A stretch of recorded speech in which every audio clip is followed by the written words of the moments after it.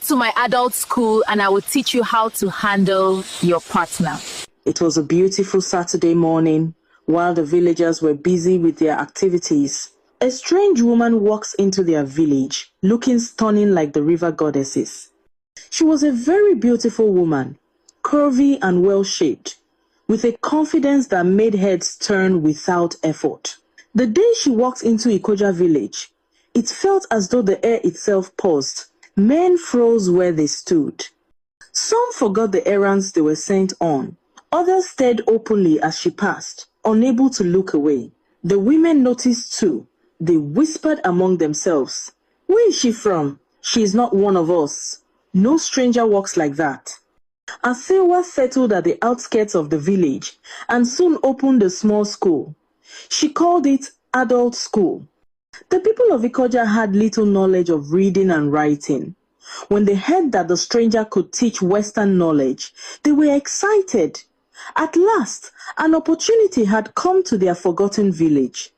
But from the first day, something felt unusual. Asewa separated her classes. The women were taught openly. In the daytime, she taught them how to read simple words, how to speak politely, how to manage their homes the modern way, how to raise children with discipline. The women were grateful.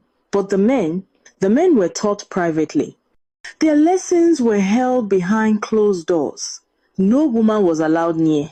No one was permitted to ask questions. At first, the villagers didn't mind. After all, knowledge comes in different forms.